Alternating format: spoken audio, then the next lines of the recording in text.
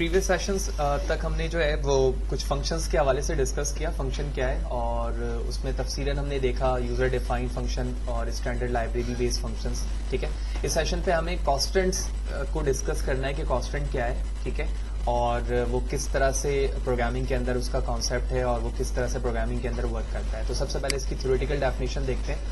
तो सी के अंदर दो सिंपलेस्ट वे हैं जिसके जरिए से आप एक कांस्टेंट वैल्यू को डिफाइन कर सकते हैं। ठीक है, वो कौन कौन से हैं? सबसे पहले हमारे पास आप देख रहे हो डैश डिफाइन प्री प्रोसेसर है, ठीक है, जिसके जरिए से आप एक कांस्टेंट वेरिएबल और उसकी वैल्यू डिफाइन करते हैं। और इसी तरह एक कीवर्ड है जो कि कांस्टेंट है, ठीक है, तो कांस्टेंट के जरिए से भी आप किसी वैल्यू को डिफाइन कर सकते हैं। ठीक है, अब ये दोनों डिफाइन करने का तरीका यहाँ पर लिखा हुआ है, जैसे आप देख रहे हो कांस्टेंट, उसके बाद वेरिएबल का नाम और फिर डिफाइन करने के साथ ही साथ मैंने वैल्यू भी इनिशियलाइज कर दी। ठीक है, तो सबसे पहले हम कांस्टेंट को डिस्कस करते हैं, उसके बाद फिर हम चलेंगे डिफाइन की। तो इसको लिखने का तरीका है COST, कांस्टेंट लिखा आपने, वेरिएबल का नाम लिखा a और इसकी एक वैल्यू डिफाइन कर दी, फॉर एग्जाम्पल 12। ठीक है, लेकिन अभी हम इस कांस्टेंट को कहीं पर भी यूज नहीं कर रहे हैं, बल्कि हम इस बात को समझते हैं कि एक सिंपल वेरिएबल जो हम मेन के अंदर पहले लिखते हैं उसमें और कांस्टेंट में फर्क क्या है। तो इसके लिए मैंने मेन के अंदर एक वेरिएबल लिया i और इसकी एक वैल्यू दे दी 12। ठीक है, ये करने के बाद, ठीक है, मैं थोड़ा जूम कर लेता हूं इसे, ये करने के बाद मैं प्रिंट एफ करता हूं और इसकी वैल्यू को डिस्प्ले करवा रहा हूं। तो %d/n और मैंने वेरिएबल का नाम लिख दिया i, कॉमा। इसके बाद इसी लाइन को हम कॉपी करते हैं और नीचे पेस्ट कर देते हैं और उससे पहले मैं कहता हूं i++। तो इसका मतलब ये होगा कि फर्स्ट लाइन पे हमारी वैल्यू प्रिंट होगी 12 और उसके बाद सेकंड लाइन पे वैल्यू 12 नहीं बल्कि 13 प्रिंट होगी। ठीक है, कंट्रोल S करके F11 प्रेस करता हूं, लेट्स सी। तो आप देख रहे हो 12 और 13। तो इसका मतलब ये हुआ कि i की वैल्यू इंटीजर या होल नंबर जरूर है, लेकिन ये कांस्टेंट नहीं है। यही वजह है कि इसकी वैल्यू जब मैंने चेंज करने की कोशिश की तो सक्सेसफुली इसकी वैल्यू क्या हो गई, चेंज हो गई। लिहाजा इस चीज को रोकने के लिए, यानी इसको रिस्ट्रिक्ट करने के लिए, हम कांस्टेंट के कीवर्ड के साथ वैल्यू को इनिशियलाइज डिफाइन करते हैं ताकि इन फ्यूचर इन प्रोग्रेस इसकी वैल्यू चेंज ना हो सके।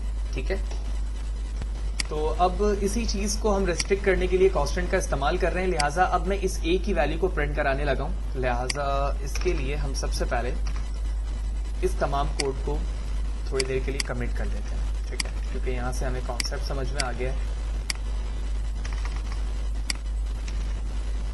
तो मैंने सिंगल लाइन कमेंट यूज किया और इसके बाद मैंने प्रिंट एफ के अंदर %d/n, a की वैल्यू डिस्प्ले करवा दी।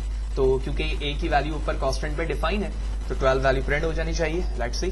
तो आप देख रहे हो सक्सेसफुली इसकी वैल्यू प्रिंट हो चुकी है। अब जो काम हमने i के लिए किया था वही इसके लिए भी करते हैं, a++, और उसके बाद दोबारा मैं इस लाइन को कॉपी करने के बाद पेस्ट करके डिस्प्ले कराने की कोशिश करता हूं। तो आप देख रहे हो a++ पे एरर शो हो रहा है। इसकी वजह ये है कि ये वैल्यू कांस्टेंट है और it can not be change, ठीक है, इन ड्यूरेशन और compile of your program during. तो ड्यूरिंग कंपाइलेशन ये वैल्यू अब चेंज नहीं हो सकती, आप इस वैल्यू को चेंज नहीं कर सकते। इसकी वजह क्या है कि ये वैल्यू कांस्टेंट है। दूसरा तरीका हमारे पास ये है कि इस वैल्यू को आप जिस तरह से यहां पर डिफाइन कर सकते हैं, इसी तरह दूसरा मेथड होता है हमारे पास हैश के साथ डिफाइन।